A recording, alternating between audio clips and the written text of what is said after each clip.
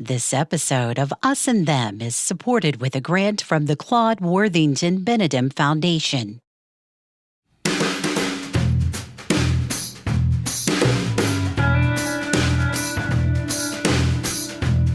Hey, Trey K here, and from West Virginia Public Broadcasting and PRX, you're listening to Us and Them.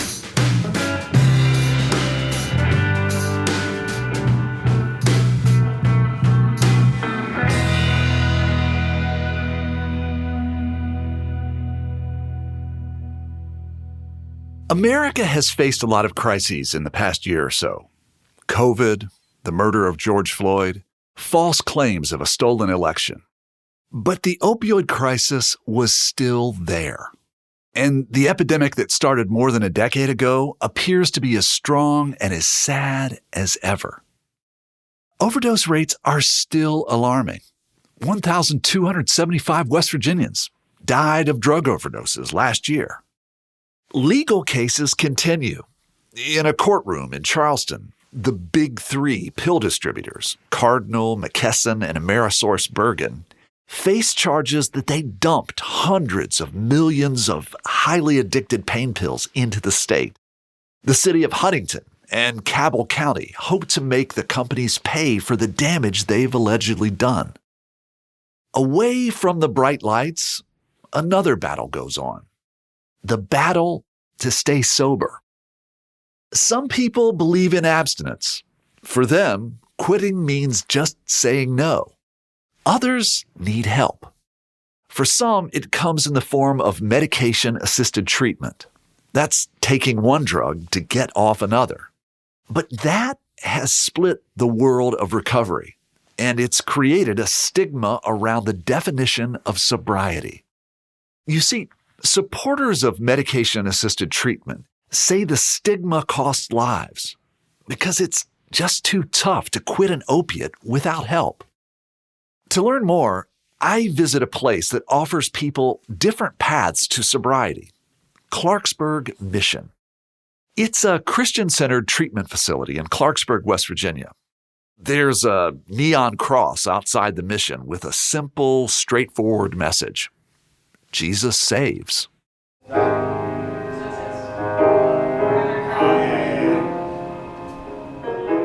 The mission includes small dormitories for men and women. It's also a homeless shelter. My visit starts with a prayer group. About 10 or 12 of us sit in a circle inside a food hall. On the wall, biblical scenes of shepherds tending their flocks. I'm grateful to be here this morning. Yesterday, I worked till 15 after 4, and me and Greg took the metal run down and dropped it off. I'm grateful grateful to be alive, and grateful that I woke up. I'm grateful that, I've been saying all along, trying to get my license, there was going to be a roadblock. And the roadblock came, and it's not a bad roadblock. It's totally manageable, so I'm really grateful that it's just something simple that I can hopefully take care of really quickly. Well, I'm grateful to be here. It was a beautiful drive from Charleston to Clarksburg. I like events like this where people are sharing their vulnerability and kind of what they're grateful for. And I'm grateful to be allowed into this room and to hear people's stories of recovery. After prayer group, I head over to talk with Lou Ortenzio. And if you can do something with the headlights, make them a little brighter. All right, sir. Thank you. Give me a holler. Thank you, brother. Lou is executive director of Clarksburg Mission. He is a recovered addict. His office is small with a crowded desk and a sofa. It's a comfortable space. I was previously a physician, a family practitioner in Clarksburg, and I was an early casualty and contributor to the opioid epidemic. His patients used to call him Dr. O. He put in 12 to 15 hours a day seeing patients in an office here in Clarksburg, day after day, year after year. He liked to work. To relieve stress, he often made a pit stop on his way home. I can remember coming home when I was not on call and grabbing a 40-ouncer of beer at the local convenience store and then going home and drinking that. It gave me a feeling of euphoria and relaxation, which I didn't have either of. This was the 1990s. Lou doesn't remember the exact date. I would do anything to be able to serve patients and keep myself running. And so if at the end of the day I had a headache, neck pain, tension, stress, I found that a Lorcet is an opioid. You need a prescription to get one. a hydrocodone and Tylenol would relieve that, relieve the anxiety, give me a sense of euphoria, relieve my pain. And it started as sample pain pills. He'd get those sample pills from pharmaceutical reps who would regularly stop into his office. It grew and grew. You know, it didn't happen overnight. It was a slow process where 1 went on to 2, went on to 4, went on to 40.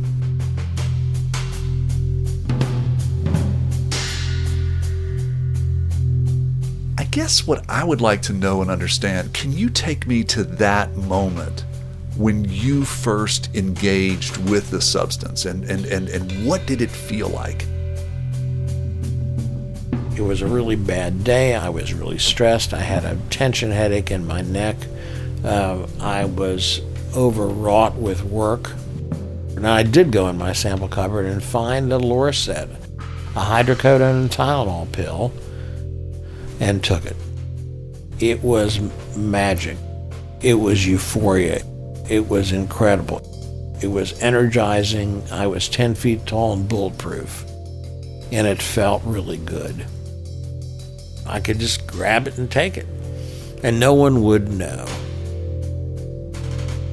So what happened next? It just continued, and then it just progressed, and then it was an every night thing.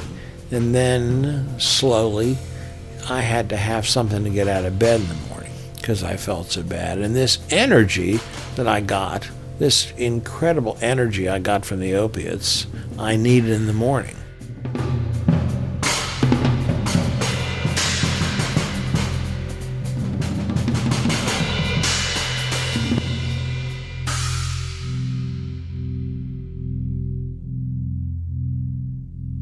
Morning, noon, night, every day without fail. Lou's body, Lou's brain would crave opiates because that's what opiates do. At first, opiates tickle the brain's pleasure center. That's why it eases pain and produces pleasure in the form of dopamine. But over time, the brain becomes dependent on those opiates. That dependency affected Lou physically. Falling asleep driving, that was a scary thing. Fortunately, I never ran off the road. There were times when I would fall asleep on patients in the office. I would steal from the medicine cart, potentially in the hospital. I had to acquire them somehow, so I worked all kinds of circuitous, dishonest fashions to acquire more pills. Lou wrote fake prescriptions. He'd pay patients to take those fake opiate prescriptions to local pharmacies. At the height of his duplicity, he had about a dozen people supplying him with pill bottles. Where did you write the prescription? Who did you write the prescription to? How much did you have to pay them for that? Things got so bad, Lou started writing prescriptions to himself. In 2004, his wife left him. She packed up the kids and moved to Pittsburgh. It is madness. It is madness. I was crazed, and it was all about pills. It was all about trying to feel better. Couldn't stop, because if you stopped, you were sick.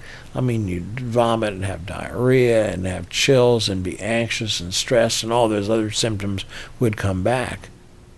Lou was so crazed, his coworkers noticed. He says at first they whispered about their boss, but the doctor's lack of focus, his nodding off when patients were around, didn't end. So in 2005, they confronted Lou about his behavior. At the intervention, they told him about what they'd seen and how his behavior had altered the workplace. Lou listened. The intervention, the shame of the intervention with my office staff was the thing that made the biggest difference. And then I was scared that it was all going to fall apart. My office was going to close, my staff was going to quit, and I really recognized that a problem. I couldn't deny it to them. So that's when you stopped? That's when I stopped, yes. But his problems weren't over. In 2005, cops arrested Lou. Prosecutors charged him with healthcare fraud and obtaining a controlled substance through fraud. In March 2006, he pleaded guilty. The judge could have sent him to federal prison, but instead ordered 5 years probation, 1,000 hours of community service, and a $213,000 fine. Lou also lost his medical license. Unlike a lot of users, Lou didn't need another drug to get sober and stay sober. Abstinence worked for him. But Lou says he had advantages most users don't have. I still had a driver's license. I still had a car. I still had a family. I still had a phone that was full of numbers of people who were not struggling with addiction or my dealers. I'd really never been abused as a child, never had a lot of trauma in my life.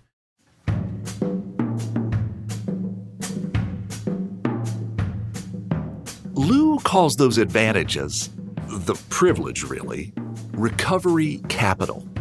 Despite his losses, he still had people he could turn to for help. Yeah, he lost his license to practice medicine. He did have to take on a job of delivering pizza to pay the bills. But that relative lack of trauma and those physical, emotional, societal assets, they helped him stay sober. Lots and lots of people don't have those things. My name's Melissa Carter, and I'm a recovery coach here, and I help the residents with their recovery. Melissa works at the Clarksburg Mission with Lou Ortenzio, but their stories are quite different. My earliest childhood memories began with abuse and violence. Melissa's mother was a prostitute, which Melissa says led to other problems. My mother was an addict. My mother died of a drug overdose.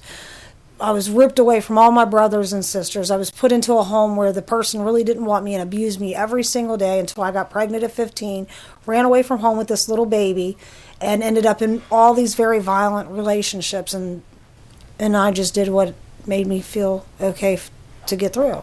When did you first start using? When I was about 11. What did you use? Alcohol. Off break, just fifths of liquor, and it was never just one beer. Never.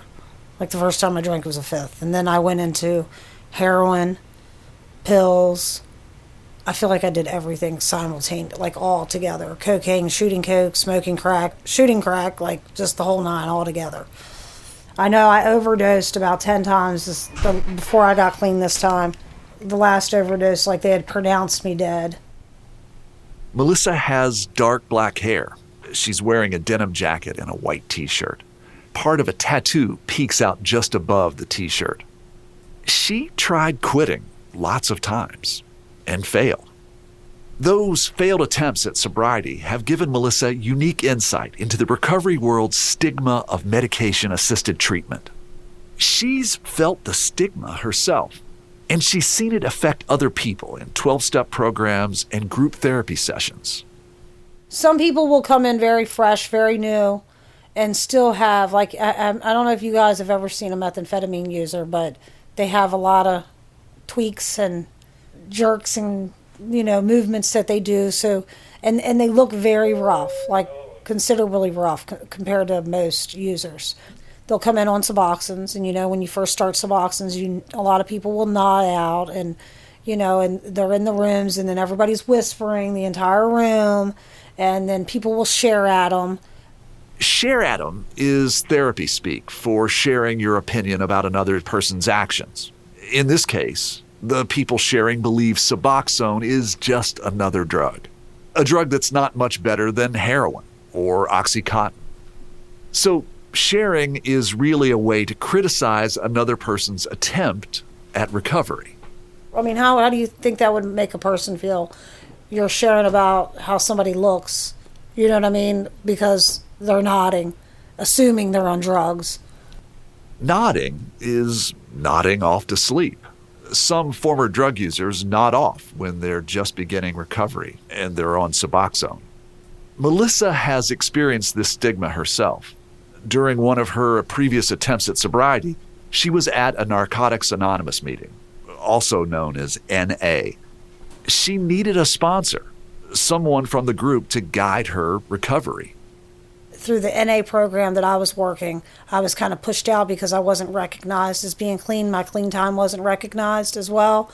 So what I started doing was, first I started smoking crack again, and then it led into me shooting dope. Even though I couldn't feel the dope, I was still doing it, but it led to I ended up overdosing because I couldn't feel it, but I was still putting it into my body, and your body still reacts to it. Was there a progression? You were basically at this meeting. You were trying to establish, a track record of sobriety. Yeah. And somebody says to you, no, you're not really sober. The days that you have here don't count. Mm-hmm. And so what? You started smoking crack and then heroin? I just kind of gave up. I kept trying to get a sponsor, and nobody would sponsor me because I was on the shot. They didn't see me as being clean, and they did not want to sponsor a person that was not clean. And so you just kind of felt dejected and despondent and said, what the hell, I'm just going to... Yeah, pretty much, yeah. Just give up. It's really easy to give up. It's easier to give up than to go a little bit further. You know what I mean?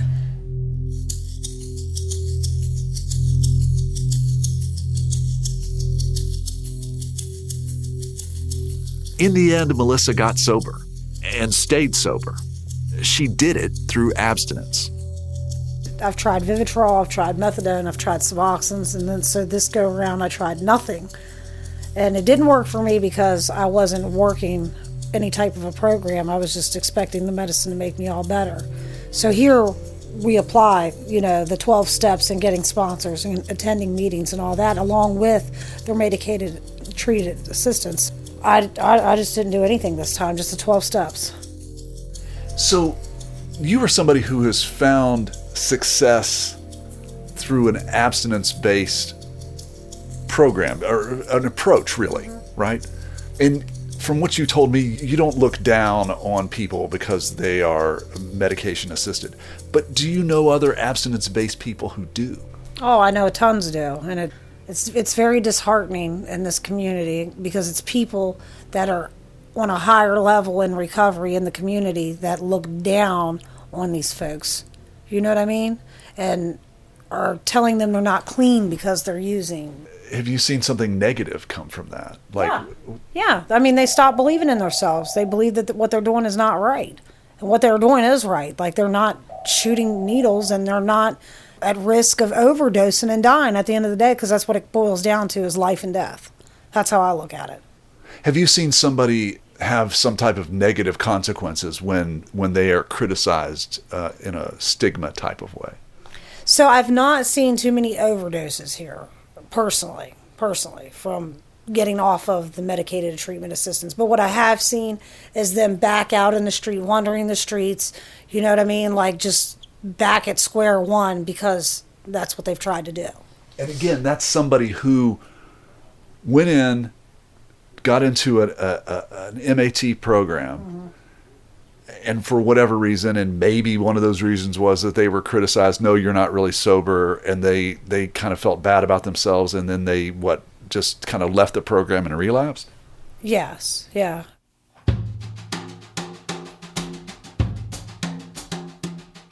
People leave drug treatment programs and relapse frequently as they work toward recovery, especially when they're trying to kick powerful drugs like opioids. I'm Angela Knight, and I'm an open book when it comes to my recovery. Where are you from originally? Parkersburg, West Virginia. Wood County. Yes. Angela also works at the Clarksburg Mission. She's a program manager there. And like Lou and Melissa, she was addicted to opiates. Today, she's on medication-assisted treatment. So when I got sober this time and clean, I was here at the mission. I had just started working in the kitchen. I feared that on a bad day that I would buy something to make me have a better day. And that was a real fear for me. Meaning some type of opioid? Or... Yes. So I went out to the clinic and got on the medicated assisted treatment, and I've been on it ever since. So it's been very helpful for me. I asked Angela about the stigma she faces from people who say she's not really sober. For the people that know that I'm on medicated assisted treatment, there is labels, and I do get put down and shamed from certain members of the recovery community. What do they say? That I'm not really in recovery, I'm not clean, I'm substituting, my recovery doesn't count, I'm still using. How does that make you feel?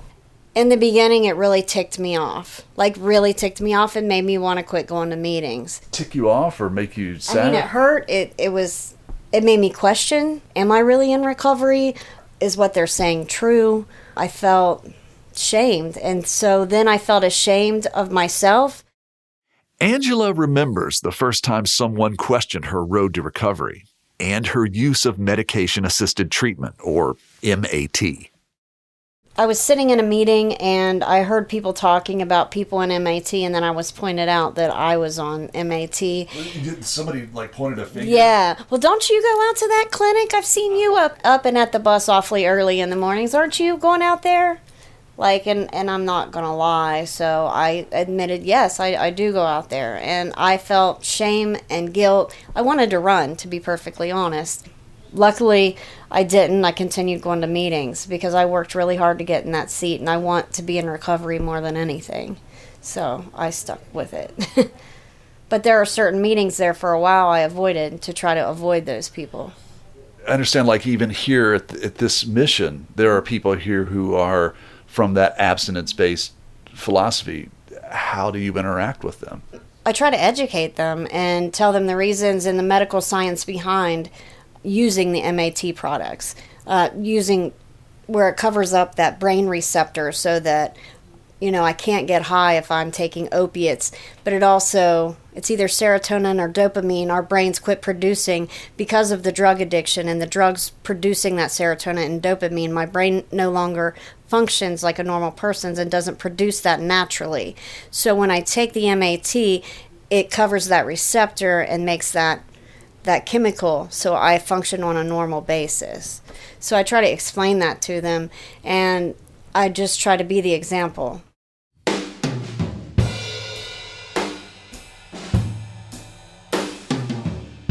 After a break, a doctor explains how addictive opiates are, how they toy with the human body, and what science shows is the most effective treatment.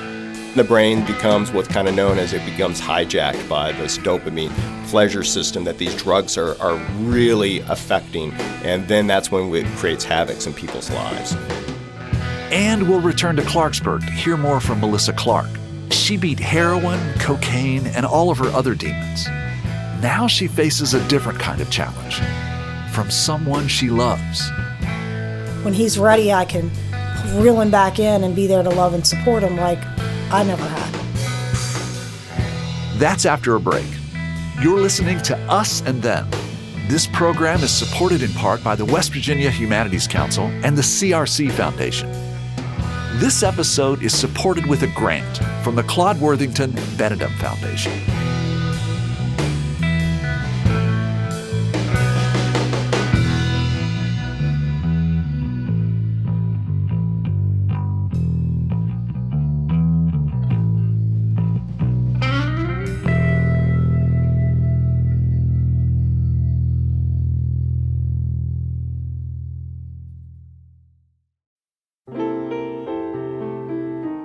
In difficult times, music gives us peace, brings us together, and helps heal us.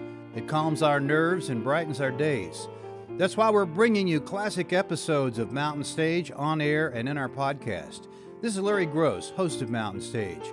Find something that's familiar or brand new and feel the power of live music on our website, mountainstage.org.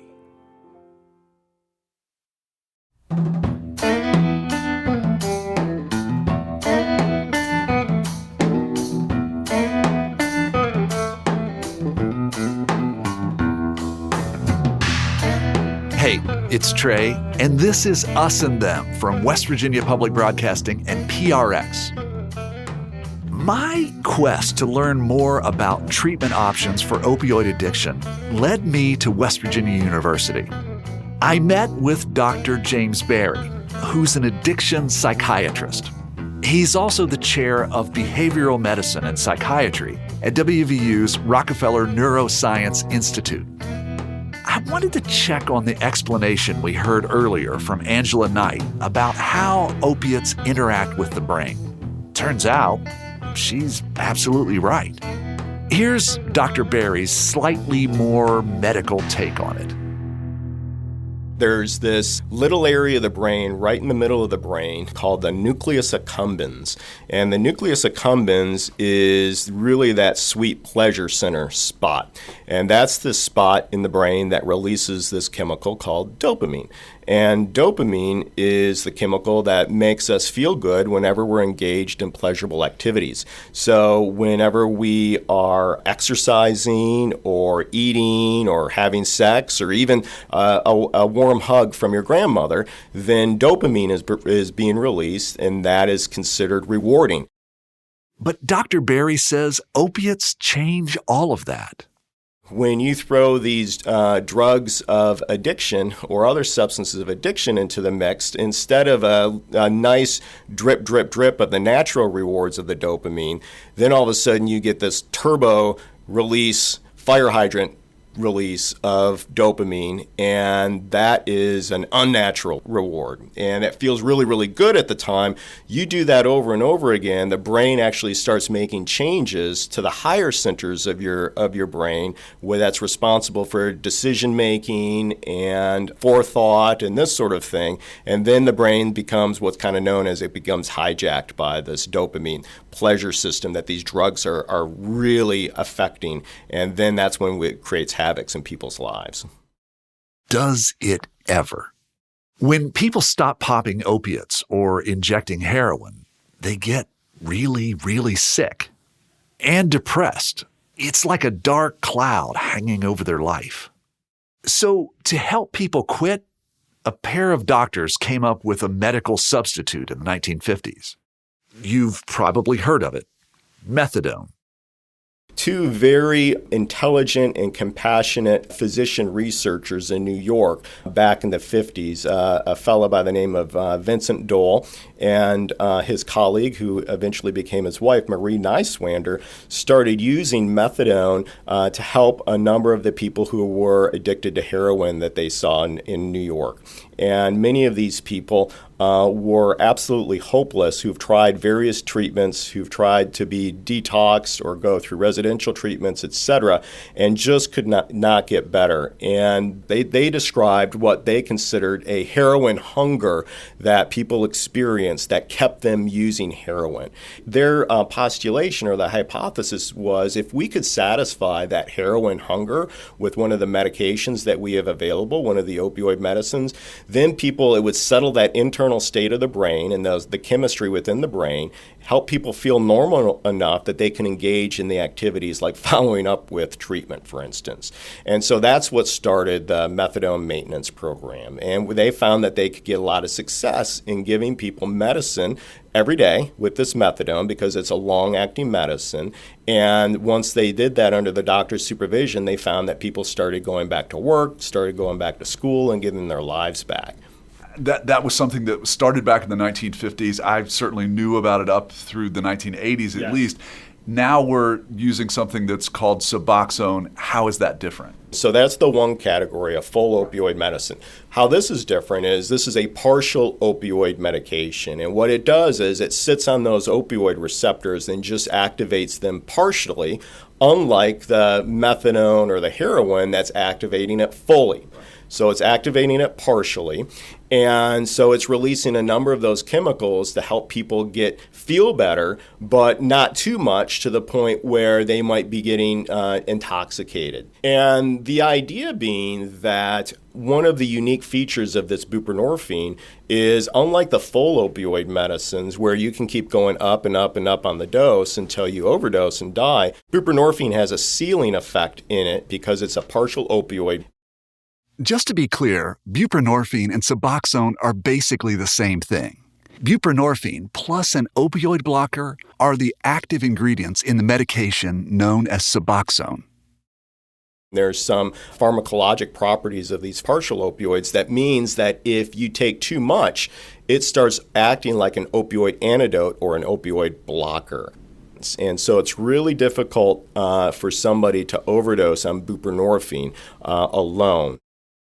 Dr. Berry calls opioid addiction a chronic medical condition because, for most people, there's no cure.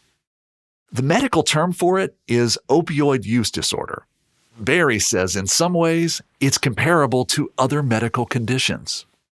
Something that would be akin to maybe major depressive disorder or chronic diabetes, this sort of thing. And with these chronic medical disorders, the intent is not necessarily to cure somebody. Unfortunately, we really can't cure a number of these chronic disorders, but what we try to do is manage these disorders, help people live lives that are of good quality and extend their lives. And I say that that is really the two main goals of any chronic disease management. Is number one, the first thing is to keep somebody alive. And then the second thing is increase their quality of life. So I don't know if you remember, but we've met before. And I was at a premiere of a PBS Nova documentary that you were featured in. And you were on a panel that took questions after the screening. Now, when I heard the questions in the audience, it was apparent to me for the first time ever that there was some tension. And I recall kind of after things shut down, hearing a woman kind of walk away saying disdainfully, that film and that panel discussion were simply an advertisement for Suboxone. My question to you is, are you aware of this tension in the recovery community? Oh, yeah. I've been steeped in this tension from day one when we first started using it. It is medication-assisted treatment, or MAT. So once we realized the extent of the opioid problem out there and how little we had by way of tools to really help the vast majority of people, we started at that point at WVU filling out the paperwork to get methadone and to start prescribing methadone.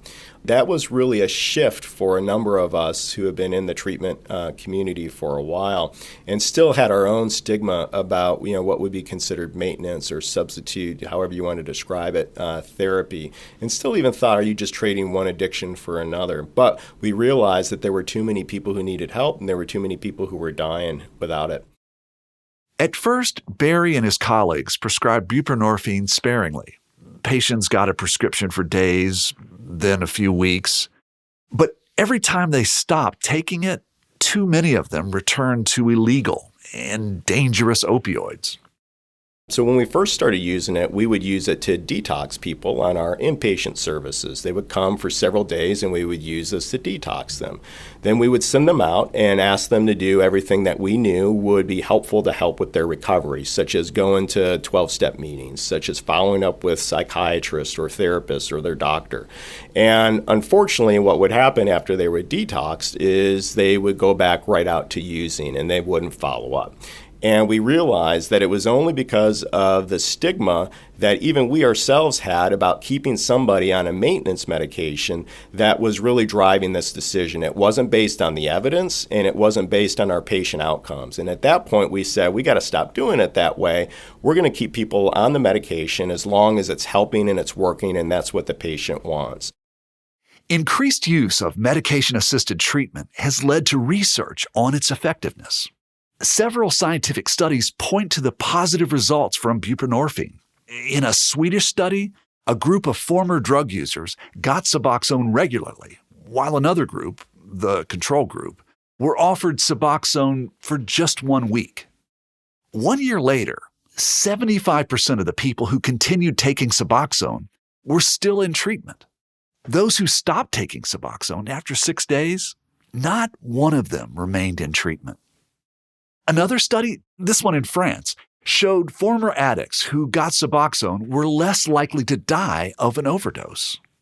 And so when somebody will say to me, aren't you just trading one drug for another? I would say, look at the result. If they don't look any different, sound any different, then maybe it's just trading one drug for another. But actually look at the result of what happens when they're on treatment. Follow them over time and see how they're doing. And we see enough people over, the 20 years we've been doing this that it has made a dramatic and drastic difference in their lives. People get their lives back in ways that, as a physician, I don't see in other areas of medicine.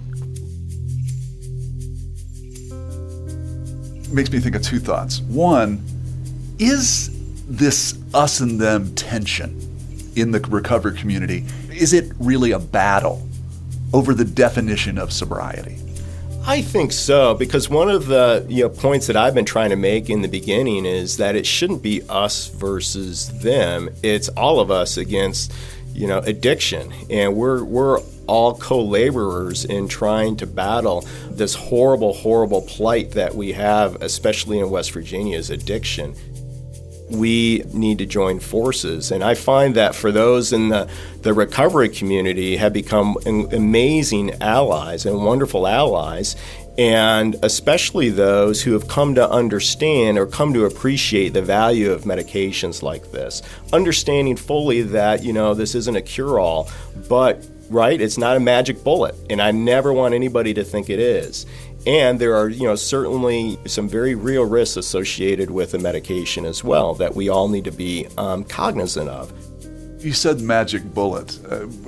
Before you said that, I was thinking about how, in many ways, some Americans, we kind of look at various challenges that we have, and I'm using a baseball analogy. Yeah. We kind of maybe want somebody to come to the plate and hit a home run, and all of a sudden we're back on top of the game.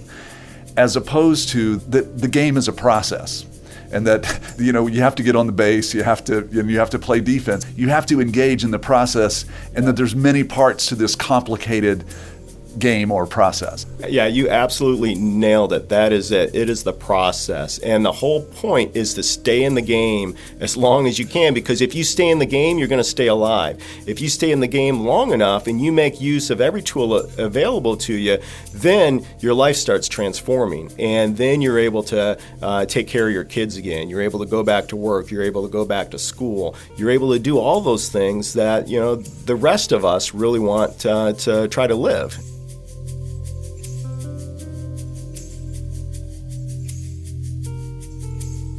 Research shows that medication-assisted treatment can be successful for some people.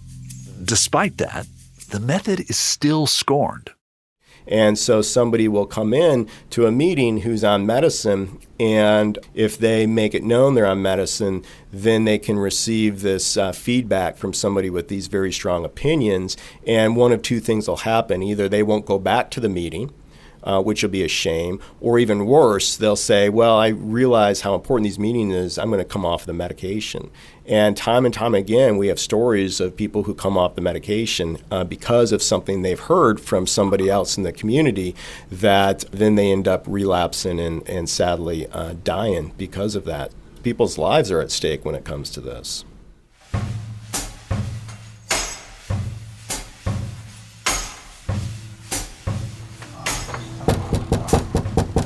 This is Gabriella Jarrett's house. Hey, come on in. Okay. Come on. Who's this? Well, that's Ollie, and that's Chico. And out there's Sid. I've known Gabriella for years, but I recall seeing her at a premiere for a Nova documentary a couple of years ago. That's the program Dr. Barry was a part of. After the show, during the panel discussion, she said something that made me want to talk to her more. Gabriella is also a recovering alcoholic. Can I sit here and you sit there? Yep. Sorry about this. No, that's okay. You remember Todd? I do. Yes. I do. Okay. Gabriella is an assistant professor at Bridge Valley Community and Technical College in Charleston. She shares her home with quite a few animals. In many ways, as we're sitting here, we are in a menagerie of animals. We are in a menagerie of animals. I call my house, people who know me, it's called the Tiny Zoo.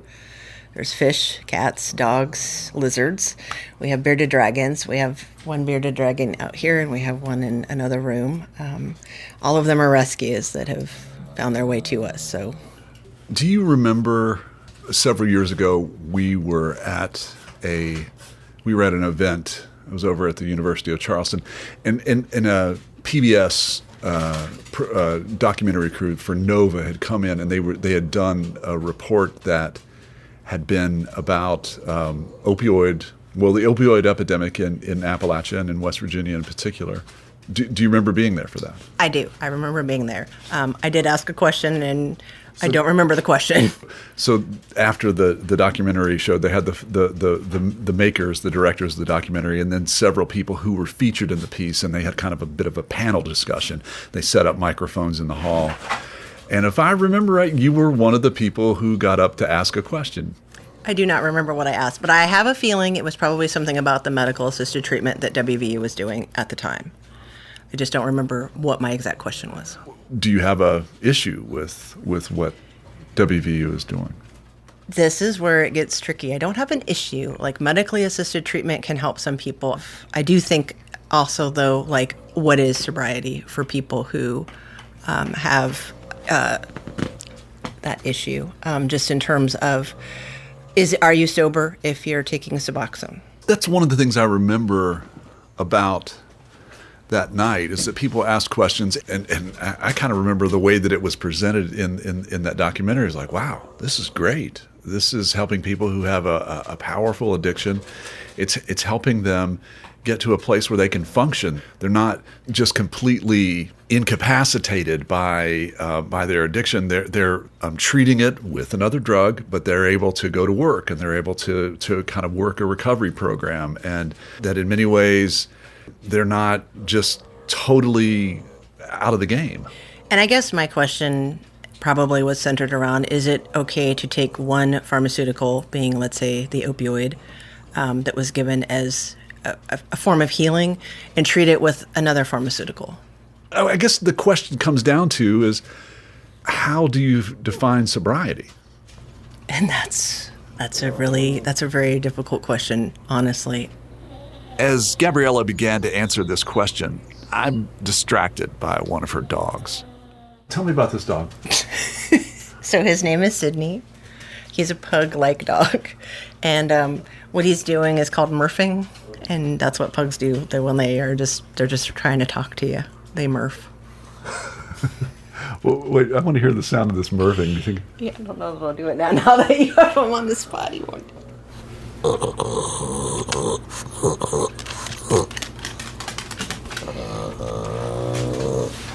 That's what pugs do. That's the smushed face part. Okay, murphing explained. And now back to Gabriella's answer about the definition of sobriety. But heads up, you might hear some murphing in the background. I am not an authority on it. I have wrestled with it myself. I often have thought, what is sobriety for someone? So when I went into recovery, I found myself eating more, becoming addicted to food after I had left not drinking. And then I had to sort of struggle with, what is food addiction? What is considered food sobriety? And there's a lot of people out there who have different feelings about what sobriety is for different groups. So I have a hard time with that myself. Is it abstinence? For me, for drinking, it is abstinence. My mother was an IV drug user and went on methadone for the last 6 or 7 years of her life, and she was a different human. Can I see that with Suboxone? Yes, I can see that with Suboxone. But do I sometimes feel as though we are just treating one addiction with another? Sometimes I feel that way too. It is something I wrestle with. This us and them divide in the treatment community continues to reverberate for people who seek group counseling and go to 12-step meetings. Melissa Carter at the Clarksburg Mission has been sober for a while now, and she still encounters stigma, and she does not like it. I'm assuming you still go to meetings. Yeah. And when you go to meetings, do you do you embrace? Here's what I think. I think like you go to the meeting and there's people in the room. It's like, those are the MAT people. I go to as least amount of meetings as possible because I'm not happy with the way it's looking. Well, say more about that. I mean, I've just watched people get rejected because of what they're doing, and I know what that feels like, and I know what they go through, and I'm the one that's got to scoop them back up, put them back on their feet, and encourage them. As a group leader, Melissa would rather not have to do that. In her opinion, meeting participants should talk about other more important stuff. So really, technically, we're not supposed to talk about medications and stuff. Like, that's not to talk about, to pinpoint your recovery is not something that we should do. Second off, we're not supposed to push anybody out of a room. The most important person in the room is the newcomer, whether they're using or not. That's what we're supposed to do, right? To keep them in the rooms, not push them out of the room. So if we're rejecting them or using all that stigma against them because of what they're doing, like we're pushing people away. People don't feel comfortable. I mean, I really don't care for meetings anymore. I'm just going to be honest. Just a lot of the stigma. Yeah. So literally, they said go in and talk. They said go in and talk to this guy, and I've just put my finger on the thing that is really that is really at the center of the thing that actually may drive you away. Yeah, and now I believe in Celebrate Recovery. I've never seen that in Celebrate Recovery. Celebrate Recovery is a Christian-based 12-step program. It's no focus on what somebody's doing. So can you put yourself into the perspective of somebody who is the person who might be criticizing, right? Like that person who is the abstinence-based person. Can you try to present to me their perspective, their point of view? Why is it that they care so much about their perspective? Why is it so important to them? I mean, I really, personally, it's hard for me to understand. It really is. Because we had a girl here, and I mean, she was she was with us one time, left, brought her back in. She went to treatment, did Medicaid assistance, come back. She had a sponsor, was working the steps, and she was here for another 90 days, and she would not tell her sponsor that she was on MAT. Again, we're talking about medication-assisted treatment. Because she knew her sponsor didn't believe in it, and she really liked her sponsor. And I said, the key to recovery is honesty, and you're not being honest. This is like your whole recovery is based on a lie. So you need to be honest. Well, she kind of worked herself into a corner, and if you can't talk to your sponsor, like who can you talk to? And she started deteriorating until finally her behaviors become very abrasive and just very violent. So the folks at Clarksburg Mission had to kick her out of treatment. They were afraid she'd hurt other residents. Just 2 days later, the young woman returned to smoking meth. Her face looks all burnt up from smoking meth, and just on and on and on and on, and now she's about to have a revocation for her probation. Like, that's how this works. So there's really something at stake here. There really is, yeah. Like, if you can't feel comfortable in your recovery and what you're doing and know that you're doing the best you can, and you're not using drugs, you're not sticking needles in your arms, right? You're not at risk of overdosing and dying, and people support you through that, then what do you do? Because abstinent-based is not for everybody. I had to go through a lot of trials and tribulations and figure out it's just not for me because I abuse any drug you give me. You know what I mean? So everybody's recovery looks different. And I try to support everybody in their recovery and how they choose to do it as long as they're not shooting illegal substances. So for people who are not addicted to opioids and who are not in families of people who are in recovery, for people who just have no experience with regard to this, what would you like those people to know about you or other people in recovery? I was thinking about this morning. I know it's a hard thing to take in when you've not experienced it, but I wish people would just stop and look at somebody and think that's somebody's child. And these people are fighting with everything inside of them, whether it looks like it or not, whether they're shooting dope at the moment, they're probably in their mind thinking they wish there was a way out, you know? So it's a battle. It's an everyday battle.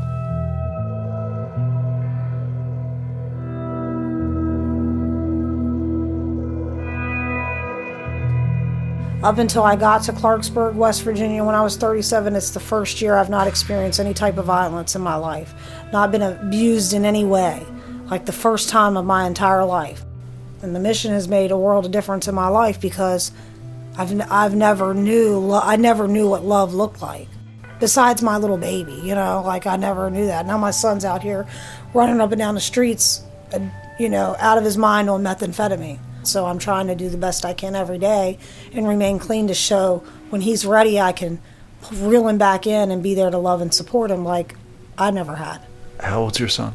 He's 24. So your son he's addicted to substances? Yes. Yeah, and I'm afraid that he's lost his mind and he's never going to come back. And has he tried recovery? He's tried. I've sent him to 18 treatment centers this year. He just left one yesterday. Is stigma, does that play into this story with your son at all? He's in denial. He's in denial. And he's got a very bad mental illness. He thinks he's the Messiah.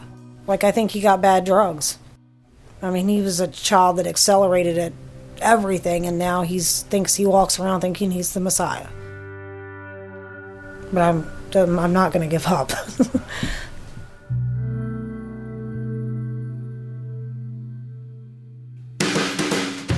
You've been listening to Us and Them.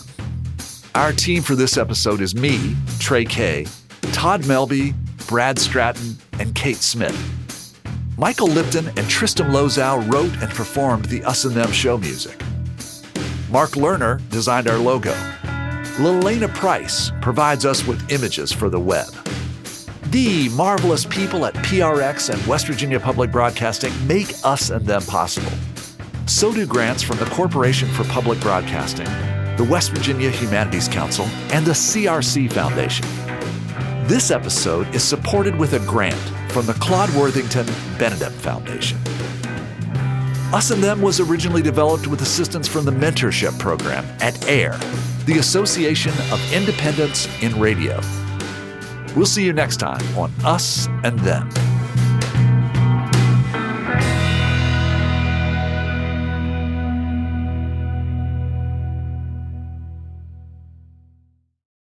Support for this podcast comes from the Corporation for Public Broadcasting.